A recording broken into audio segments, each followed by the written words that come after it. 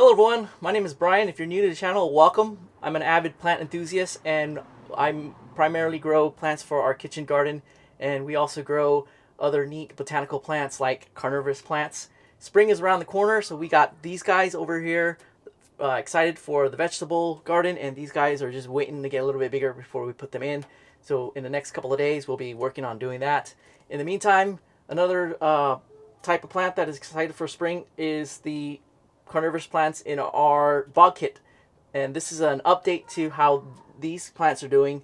And we are also going to introduce our newest plants down here in the front. These are Nepenthes, so we'll talk about them later on. With regard to the bog kit, this is very exciting to find that it's doing really well.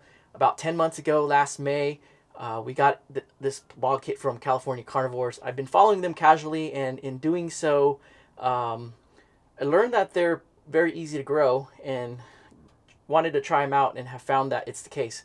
And with this bog kit, we have sundews, we have sarracenias, and we have some fly traps as part of the kit. And our sundews have woken up from dormancy, and they're already catching a bunch of gnats and flies. They have these little tiny sticky dew droplets that catch those guys. And then we have a third one that's still in dormancy. I'm looking at it, it doesn't look like it's dried out, it still looks green, so it's probably going to wake up at any time now, maybe next month or something. And in the middle we have these pitcher plants that are taller, and it's quite a surprise to find that it's now making a flower. So it's a very interesting plant. This flower bud structure is quite pretty, so we're waiting to see how the flower looks. I'm not going to even look it up online, just so that I can be surprised by it. It's also making new leaves, so when the pitchers grow, they grow out as a flat leaf, and then eventually it'll open up. We also have these older leaves that were there since last fall, and they just kind of are there. Eventually, I may cut them and discard them so that it looks a little bit more clean. Behind the larger Sarracenia, we have a smaller type, and it too is also waking up. We have some new fresh leaves that are coming out, and some are starting to swell up. And to the right of that, my right, we have some fly traps, and it too is also making a flower shoot, and looks like it's starting to bloom, and it looks like a white flower, so that's very cool. I guess there are different types of fly traps as well, and different hybrids. These guys tend to be smaller. I found they haven't gotten any bigger. Normally the ones that I've seen at, say, the big box stores, they've been the larger kind, so it's really cool to see these smaller ones in here. And it makes it a nice package in terms of scale, so nothing's really sticking out too much. Down below we have some plants that you would get along with your carnivorous plants, because they're just kind of weeds, and they're called mugworts, I believe. And they're these tiny flowers. On the back patch here, we have stuff that looks kind of like miniature palm trees and miniature lily pads, and those look pretty cool. That little patch actually came from a different carnivorous plant that we had purchased at a local nursery and stuck it in here, and it died and fizzled away. So that was a big lesson, and I realized that if I'm going to source carnivorous plants next time, in the future, in the present, I'm going to go and find it from specialists. The reason for that is because I think what happens is, at a nursery, the person who waters it may not know what it is and what its requirements are. And with carnivorous plants, they don't like tap water. Tap water contains a lot of calciums, and sometimes it contains salts, and it can accumulate, and over time it will kill the plant and kill it slowly. So the most important thing with our bog kit here in Southern California, put it outside where it's sunny, and always make sure that the reservoir has either rainwater or distilled water or reverse osmosis water. And we have a RO filter, so it's really convenient to keep this guy going.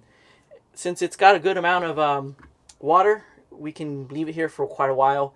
And even if it goes all the way down, there's a good buffer in this pot here with all the water that's being held by the growing medium.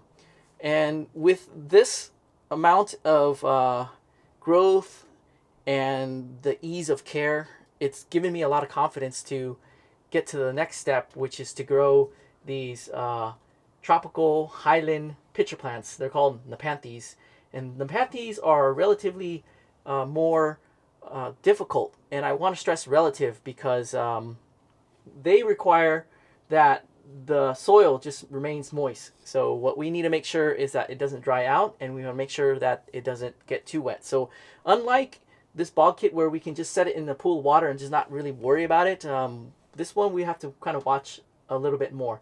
So we have 3 different types of Nepenthes, and they're grown for their really neat pictures. And these are the type of pictures that I was originally went to California Carnivores Instagram to admire. They're really pretty. And we'll start on the left here, my left.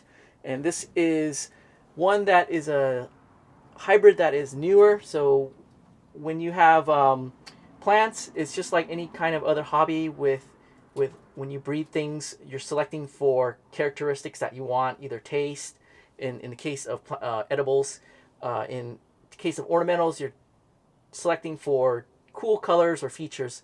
And this one is a newer one that has potential, and that's what I was after, and so we're getting this one.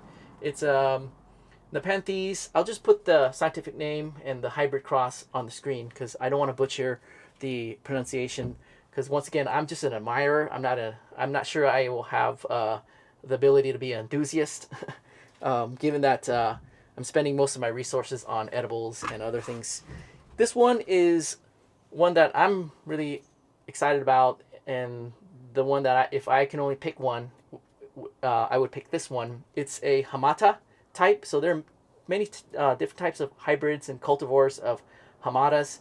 But the cool thing about hamatas is that they have these ridges on the opening of the pitcher, and sometimes they have fang-like structure, and it will be neat to see this one get really mature and then also get the size, palm size. So we have that one.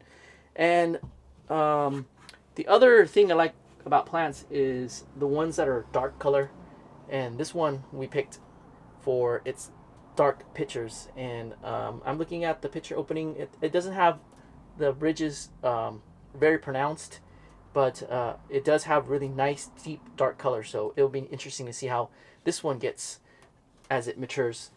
And as far as feeding pitcher plants in Southern California, we have a lot of bugs, so they can feed themselves, but if we're inclined to, we can always spray them down with a very diluted solution of Max C. The plants that have pitchers, we would throw in these fertilizer tablets or pellets.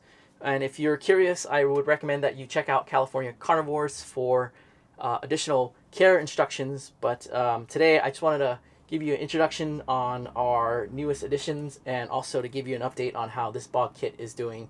And it's doing incredibly well. So I'm excited to see how these Nepenthes are going to grow for us. And the next thing I want to think about is whether I should up pot these guys now or just let them grow a little bit more. So if you have experience in growing these and have advice for me, I welcome it, and please feel free to comment with it.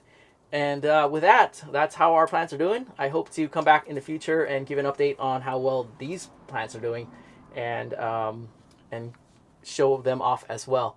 And if you have any questions for me, I'll try my best to answer for you, and point you in any kind of direction you need. And with that, we're going to end our video. Thanks for checking out our carnivorous plants. I'm going to be getting busy in the next few days planting out these tomatoes, and then up potting some of these other plants over here, which is our other plant sowings of tomatoes and peppers. And with that, I wish you a happy spring. Thanks for coming by and checking us out as always, and I'll see you in the next video.